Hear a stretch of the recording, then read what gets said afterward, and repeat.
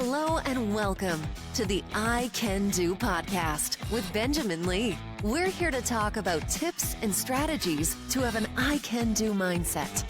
Life is what you put into it. Get the most you can. Here's your host, Benjamin Lee.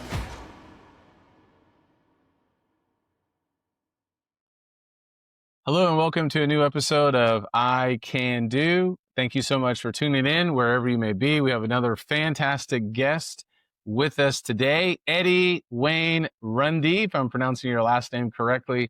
Eddie, welcome to the show. Thank you. Really happy to have you here with me today, Eddie, as a brother in Christ, and really excited to talk a little bit more about your books that you have been publishing, and I believe another one that is coming out here soon. And thank you so much for taking some time for being here with me.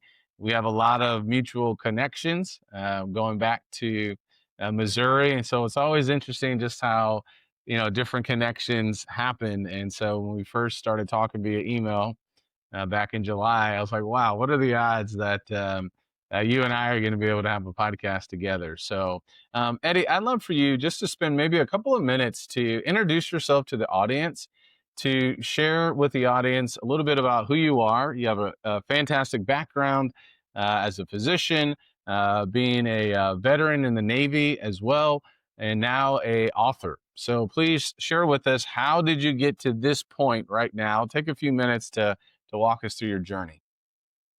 Well, I guess I can start back as far as my journey for the books that I'm writing.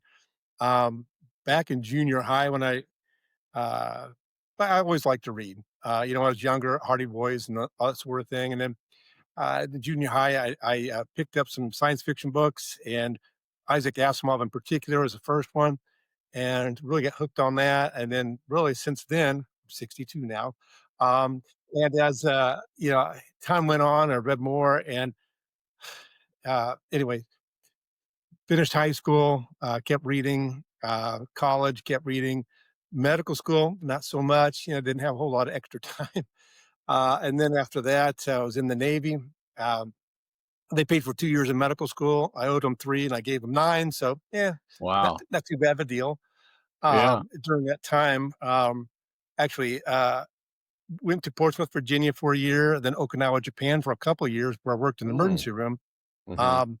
And had really a good church there, a wide variety of different types of people. Got to see maybe some things that I hadn't really thought much about until then. Came back and went to Seattle, Washington, and learned even more there, medical, but also Bible-related things. Then I came back home to Missouri, and my wife always likes me to mention that that's when I met her, we got married. That was, I was out of the Navy for a You couple of have years. to mention that. That's right. You have to mention that. Don't But leave I that love out. to, I love my wife. I'm glad that we met and got married and had kids. Nice. And then we went back in because the clinic I worked at up in Macon, Missouri, closed, and then had to find something else to do. So we talked about it and decided to go back on active duty in the Navy. Did flight surgery training down in Pensacola, Florida. And our son was born down there, and then moved up to Maine, where our daughter was born. So I tell people, I jokingly asked my wife, I said, so we need to go to Washington State and San Diego so we can get all 4 corners with kids. But she says no. And I was just a joke anyway. Yeah. So we were there for a couple of years and came back and did my specialty training in occupational medicine in St. Louis. And then I moved back home to the Columbia, mid-Missouri area. As far as, and I mentioned about reading science fiction books and really liking that, and probably about 2000 or so, I started thinking about the Foundation trilogy that Isaac Asimov had written. And I thought, I really like that story. But I didn't like the way he did religion, because he made science into a religion to control people. I thought, well, even though I like the story, it's entertaining and all that, I thought, wouldn't it be nice to change that around and make it more true religion, Christianity, and and use that basis instead of science as a religion. And so I thought about it and read the books a couple more times just to kind of get an idea how I might go with that. And then finally, back in, well, I think a lot of things changed in 2020, but around Yeah, 2019, 2020, I thought I'm just going to go ahead and do it. And good. so I've written 3 books. I'll finish the trilogy. The third one will come out hopefully in the next 4 to 6 weeks. Wow. Wow. That was actually going to be one of my questions. When did you know that you had a book in you? So, Isaac's books really prompted that. And then you made that decision in 2020. I think that's fantastic.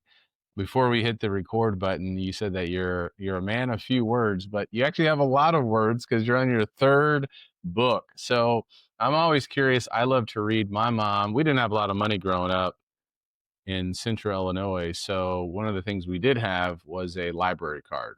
So I would love to go to the library, the Urbana Free Library, summertime reading programs. And I've always told people, you can, books can take you to the future, they can take you to the past, to the sky, to the ocean. And there's just so many valuable lessons. So I love books and really appreciate you taking that journey.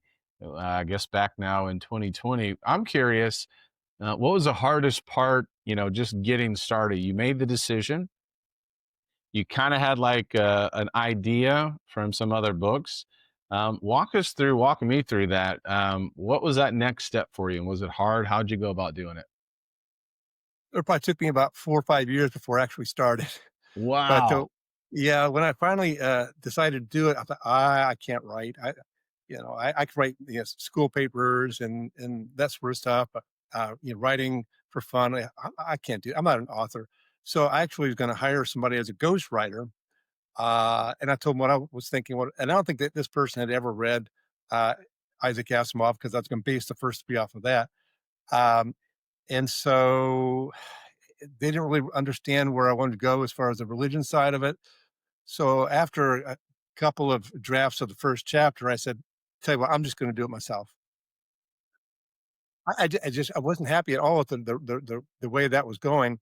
Yeah. So yeah, so that it got started. And of course, I knew nothing about it. I probably should have done more research on how to write and how to publish. I'm still learning, and it's been 5 years, but I uh, I thought, okay, I'll find somebody that publishes for me, self publishing sort of thing. And I didn't know how that worked, so uh, just talked to my publisher and said, "This is what I want to do." And they said, "Okay, fine." They wanted me to send the manuscript right away. I didn't have. I had like maybe one chapter written already. I thought, okay, Wow. fine. So I felt pressured to get it done. So I was working every night, after work, come home, start writing after supper and all. Yeah. And I got the first one done in about 3 or 4 months, which is pretty Wow. fast. Let me So now as ask long you, as yeah, let me interrupt. Each night in 3 or 4 months. So was that like 2 hours a night, 3 hours a night? Give us some more I details didn't with that. time it. I would say it's 2 or 3 hours. Yeah, something like that. I'd stay Yeah. up to about 10 or 11. So yeah. Nice. Did you have like, I mean, were you just sitting down then, or were you thinking about it throughout the day? Were you taking notes when ideas came into your head? How does that work where you worked all day and then you're just gonna just get after it? Were you doing things throughout the day or just jotting things down? Walk us through that.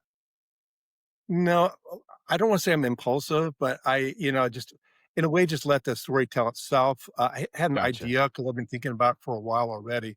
So of course, I wouldn't wanna shortchange my patients, during the workday, and so I try to keep my mind focused, plenty of other things going on during the day, but I kinda had an idea, kinda let kinda brew in the back of my mind. Mm. So tell us about your very first book. We want people to obviously buy your books and to check them out. Walk us through that first book, what it's about, and why this is such an important book that people should be reading. Well, yeah, this first 3 books, I did base those loosely on, Asimov's Foundation trilogy. So I set out thinking it was gonna be a trilogy, but it fairly closely follows the first book, of the Foundation. Matter of fact, it's called The Genesis Trust is the first book. and that kind of mimics the foundation. I thought, well, I don't want to call it the Genesis Foundation. That might sound too close.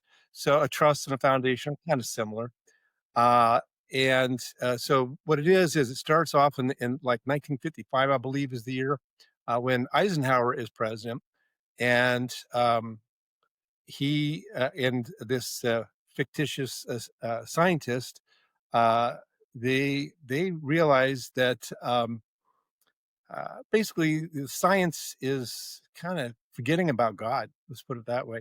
More into evolution as the origin of things as opposed to creation, and they see that that's going to um, slow down the progress of science. And so, of course, writing the first book, I got through some research and found out that Eisenhower had become a Christian while he was president, Mm, which I thought was kind interesting. of cool. So I Yeah, kind I of fit never in knew with that. the whole story. Yeah. Anyway, so they build this Genesis Trust on a remote island that almost nobody knew about. Coincidentally, in the Devil's Triangle or Bermuda Triangle, Hmm. and kind of like in the foundation books, they're isolated out in the middle of nowhere. They have to fend for themselves. They have to learn to make do. That plus the fact that they're trying to develop science from a uh, perspective that doesn't forget about God. And of course, they discover things leaps and bounds past what regular scientists and the rest of the world do. And they have some conflicts along the way, including some people on the island of Atlantis that young people, of course, they always cause trouble, right? I'm just kidding. But they are starting to be like the rest of the world. I mean, some of the stuff is the things that we see just in real life. And of course, they see how that nearly brings disaster on them. But thankfully, the wisdom of the leaders there and the technical advances they have, that they're able to avert that. And Hmm. then it goes on forward. It ends in the year 2099, uh, and it's another confrontation there where society's kind of fallen apart here in the United States and the rest of the world, and Christianity is legal but not really. Again, Hmm. kind of hints of that we see kind of, at least Hmm. I get a sense of in the real world. Hmm. And so Yeah. the Genesis Trust, the Atlantans, they send out emissaries or ambassadors, if you will, Hmm. and they're trying to preach the word and reintroduce science to the people. And some of them get captured in Washington D.C., and then there's a big uh, effort to rescue them, basically, and that's how that ends up, like the last third of that book. Yeah, I love it. One, I appreciate you, sharing your faith in this unique way and talking about God and talking about Christianity. I think this is fantastic, and I think there's a lot of opportunities for people to do that a lot more. And I think a lot of people are looking for that as well. So I really appreciate you doing that. And I believe the second volume is called Trust and Obey, or the Yeah. second book. And so I just love seeing that and using your talents that way as well. I'm curious too, as a physician, as you went through college, what challenges, if any, did you have with, balancing what's being taught about science or creation or God or atheism? And how were you able, if there's a college student listening right now, or a young person listening, or parents who have children in schools, what wisdom can you share with navigating their faith and holding on to their faith? Because college is where a lot of people can lose their faith, for sure. And I'd love to get some feedback from you. Well, I'll say when I was in college, that was 81 to 85. So it's been a little Yeah. while. Things are a lot different. But A lot even of then, things have changed. That's true. Yeah, that's right. I remember taking a comparative anatomy class, which was one of my requirements for a biology degree. And basically, there was a question on one of our tests, and they asked, and I went to WashU, so it wasn't like it was a reputable school. But this professor on the test had asked a question along the lines of the evolutionary thing. And I answered it honestly. I said, well, here's the true answer, but here's what you want. And I was, looking back on it, I'm surprised that she let me get away with it. I got full credit for it because I just, regurgitated what she wanted me to say. So I say that way because back 40 years ago, I could probably get away with that. Now, at least stories that I hear, that no, you've got to believe it, or you won't pass. And so that's a little bit hard. Yeah. Medical school was similar but different. I had a couple of years there in college where I was very irregular, going to church, and I got, I won't say weekends, but I guess that's a common thing that can happen. And then my senior year, I decided, yeah, no, I'm gonna do better. So when I got to medical school, that wasn't so bad because I'd made up my mind. I was firm in what I was thinking, what I was going to do, and I'm not going to toot my own horn too much, but the reality is that that when you're on call, your clinical years, you have to take call whenever it is, including Saturdays and Sundays.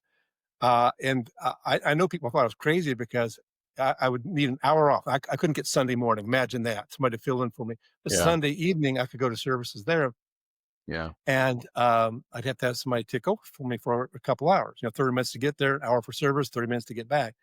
And Hmm. people seemed to think I was crazy because I would agree when they said, "Well, if I do those 2 hours, you got to do a whole day for me later." And I said, "Okay," I and love it just that. didn't bat an eye on that.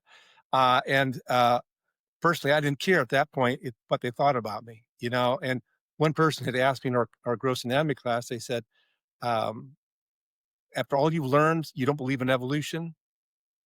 I said, "Because of everything I've learned, I don't believe in evolution."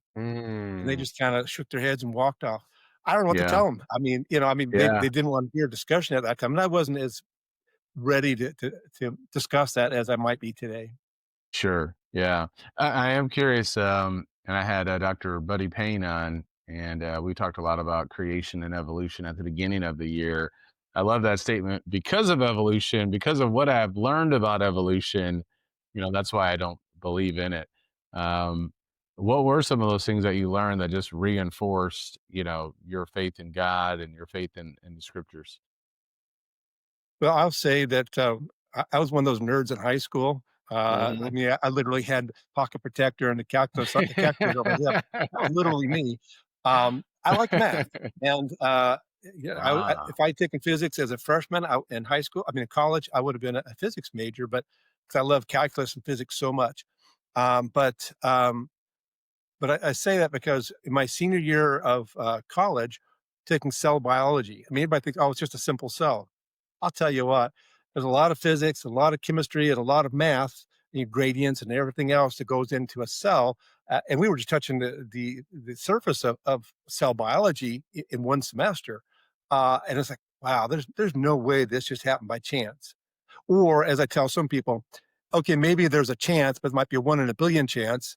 Their excuse might be, well, yeah, but it could still happen. And my response back, if anybody would say that to me, would be, well, in science, we're talking about science. In science, we go if anything less than a 0.001, that's the most strict criterion. Less than 0.001% probability, we say that's not mm, proven, so to speak.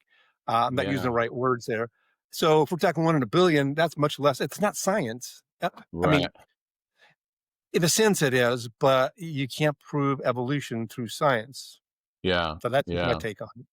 I appreciate you sharing that. I think that's so important. Another author that's impacted you or that you like is Stephen King. I had a comic book artist, Brent Peoples, on the show, and we had actually talked about Stephen King. I think I was thinking actually about a podcast. Yeah, Cal Newport. He's written the book Deep Work, and I mentioned what he had said about Stephen King. So I heard this story about Stephen King when he was first starting with his writing, and he had this nail that from the railroad, and he had this big nail that he put in his wall, and he kept all the rejection letters that he was receiving. He just pushed them on that nail and pushed them on the nail, and he just kept on writing. But it was a reminder, and I really like that imagery of despite the rejections and things like that, he just kept on going. Stephen King has written a lot of books. How has his writing or has his writing impacted yours, or is he just more of one of your favorite writers? I just think he's a really good storyteller. I don't Yeah. appreciate a lot of his language, and I don't appreciate some of the other graphic stuff in there. But as Mhm. far as a writer, I think he's really good. I told people when I was reading The Stand, I said he described so well. I could actually smell some of the things he was describing. I mean, Wow. he's that good, you know. So that those are things that are impressive, I think, with Stephen King and interesting stories. Of course, goes a little bit more into the occult and stuff that I would like, but and of course, again, the foul language and situations. But yeah, he's a really good storyteller, and I guess that's the sum of that. Yeah, yeah, that's pretty amazing too, if you can smell something that someone's writing or, describing. So, Because I don't storytelling. mean I'm kidding. Yeah, yeah, that's exactly right. Storytelling's like a big thing today too, right? So people are pushing storytelling and absolutely stories. There's a book, I believe, Stories That Stick. And I think the author was Kendra Hall. My wife and I met her in the Dallas area a number of years ago. She had a book signing event, and I really like that title, Stories That Stick. What would you say to someone who's writing a book? Maybe it's their first time writing a book. How do you develop these stories that you share? Is there a process? Is there something that you're, diagramming? How does a person get into this storytelling mode?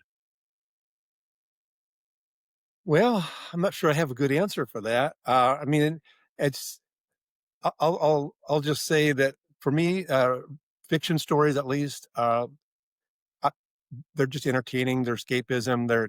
That's what it is. And if it's got a good story to it, a good meaning to it, Hmm. morals to it, then I think that's a bonus. Um, but yeah, when our kids were little, we would tell them stories. Of course, not the same kind as what I'm writing now, but just tell them stories, something that know the audience, I guess, and say things that would be helpful to them and also entertaining and fun. That Yeah, that's probably the best I could say. yeah. No, that's good. Yeah, stories that take us on a journey, and yeah, I love that. Did you ever find yourself challenged with finishing any of these books? Writer's block. How did that work out for you? Well, I've told people that that first book I did in about 3 or 4 months. The next book took me about a little over 2 years. Now, granted, a Wow. lot was going on. We were finishing up with COVID. I sold my practice to the University of Missouri. A lot of changes like that were going on, but also just I wasn't sure because, like I said, I was trying to model it after Asimov's Foundation trilogy, and his second book is actually like two almost different um, things, uh, as opposed to like one continuous story. The Uh-huh. first book was too, but the second one was just they were so different. I just kind of hit a block on where to go with that. So I ended up just writing that second book. I decided after about a year, it's like, okay, I'm just going to make this my second book, the first half of his book as a basis. Mm, So that's what I did there. And then I picked up with the last half of the second book and the whole third book to make my third book because those two did seem to go together. But yeah, I just kind of hit a block there for a while, what to do, plus the timing and all that. mhm. Yeah, yeah. I think writing a good book, one, it's always impressive. Two, it really is hard. How many drafts were you going through? Did you have multiple drafts, like with that first book in 3 to 4 months and then the second book? Like, how Well, many different each of drafts them. did you have? Well, I didn't count them up. I've been told I read Stephen King's On Writing, his book. Yeah. I was at a writers conference last week, and they all pretty much said, "Do the first draft first, and then you go back and edit it." Well, I kind of go back and edit things as we're going along. So, how many drafts? I'll say 100, but who knows? Wow. Yeah, I've heard that too. Yeah, that's a tough thing to do. Um, how has writing changed you as a person? Um, oh, I mean, I guess I could say not much. I am who I am, but I'm able to tell these stories. That's kind of fun. I do like that. Yeah. So your third book is coming out. What's going to be next after this trilogy? Well, I'm working on another book, and it'll be a while before it comes out, but um, it's an interesting idea, and I did present it to one of the um, agents there at the American Christian Fiction Writers Conference last week, and he was interested in the idea. He just said, I'll see if you can make that work, because it's it's it's delving into other dimensions now, Mm. not like a multiverse sort of thing, Yeah, but rather, that's what I was thinking. Yeah, yeah, that's what everybody thinks about is the everybody's talking multiverse. And, about the multiverse. Yeah. yeah, but I try to use the analogy of, for example, let's say you take a sphere and it's three-dimensional. You pass it through two dimensions, you're just going to see a small circle getting bigger and bigger and then smaller and smaller, right? So it doesn't look like a sphere. You just kind of see a representation of that. Or if you took that sphere and did cross it through a two-dimensional, you'll just see spots that go back and forth like this. So you can imagine the higher dimensions, if they intersected with a three-dimensional space like we live in, it's going to look different. And so I'm kind of using that take on things, and trying to represent that in a sense, like uh, that's how God can do things in our universe, and still not break the laws of physics or science, Mm, because he's he's omnidimensional. Now, mm. the reason that this guy thought it might be hard to do, and I agreed with him. Actually, I brought it up. I said, my thing is, as I'm doing this, I don't want to bring God down to a scientific level. He's not science, and so I've got to, if I can do it, find a way to, um, still keep the glory of God without reducing him to science. He created all this, and that's what I'm going to have to bring out in the stories. Is that so? That's kind of, it's an ambitious project, but we'll see if I can do it. Yeah. Where do you get your creativity? I know you're getting it from other From books, God. authors, from God. Yes, ultimately from God. Well, they're No, based go on other ahead. books that I've read, really, if you think about it. Like I said, the first trilogy was based off of the Foundation trilogy. And Yeah. actually, this one is quite a bit off from a book I read way back in college, 40 years ago.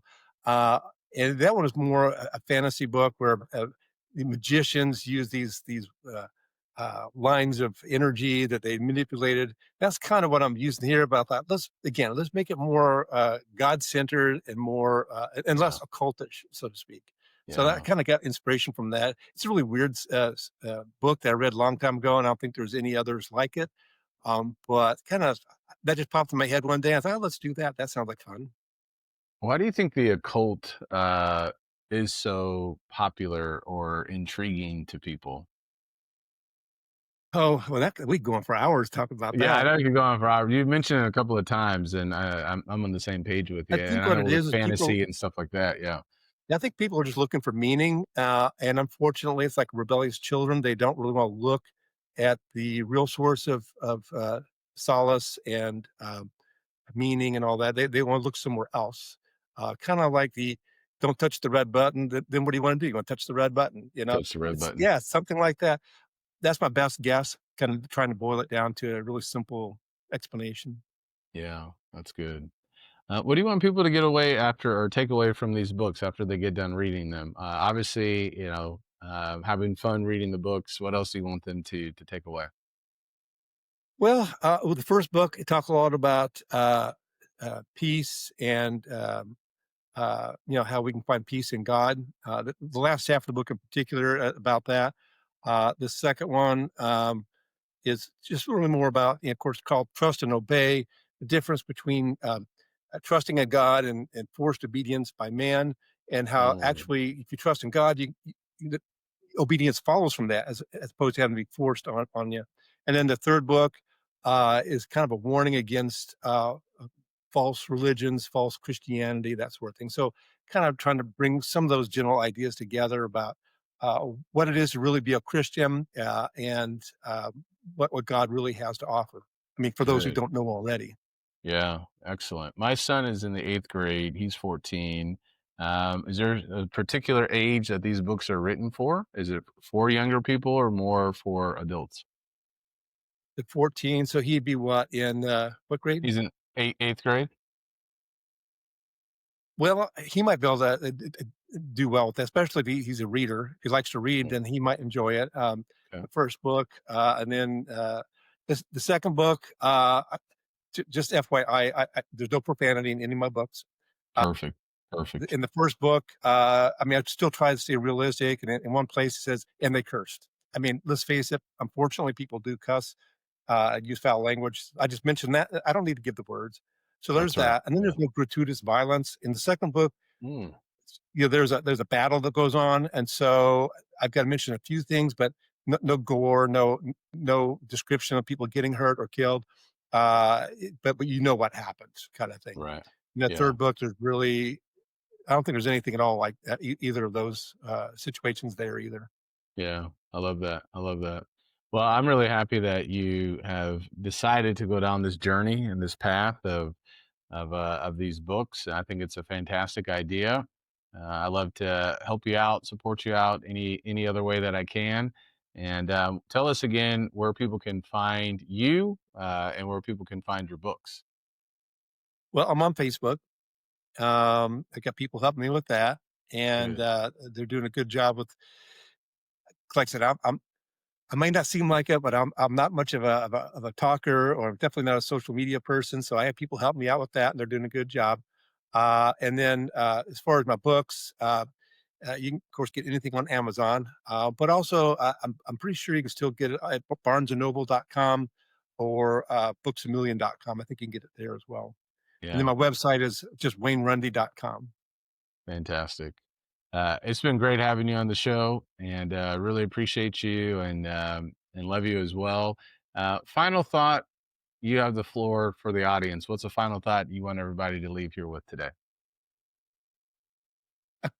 Well, re really the only thing I would say, honestly, is, just, uh, believe in the Lord, do His will, and, everything else will fall in place. Amen. And hopefully Amen. that comes across in my books. I love it. Eddie, thank you so much. And for everyone who's listening, be sure to check him out, pick up his books. They will definitely be a blessing. And thank you so much for tuning in. We'll talk to you later. Take care and God bless. Thanks.